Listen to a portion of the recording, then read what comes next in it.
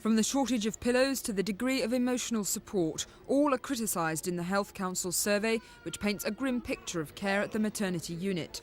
The unit's described as unnecessarily clinical, and overall the level of service is not satisfactory. Lorraine Hutchinson says midwives were too busy to show her how to look after her baby daughter, Katie Ann.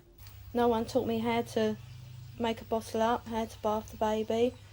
It was just absolutely really bad in there. There just wasn't, they had no time for you.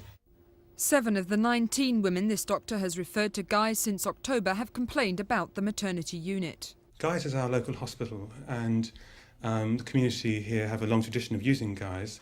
We certainly want to see Guy's improving its standards and bringing them up to a level that's adequate.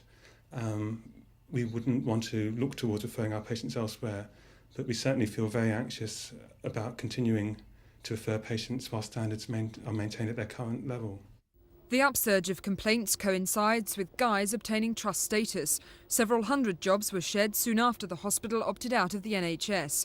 The Health Council blames staffing levels in its report.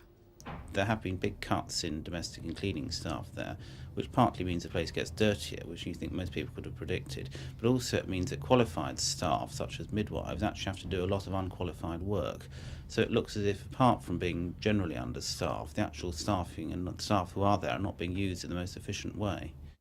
85% of our budget goes in staffing. So the just small differences in staffing numbers can make big differences in the financial outlay. So if we have more nurses, we may have to cut down on some other aspect of medical care. But at the moment, I think that the nursing structure is right.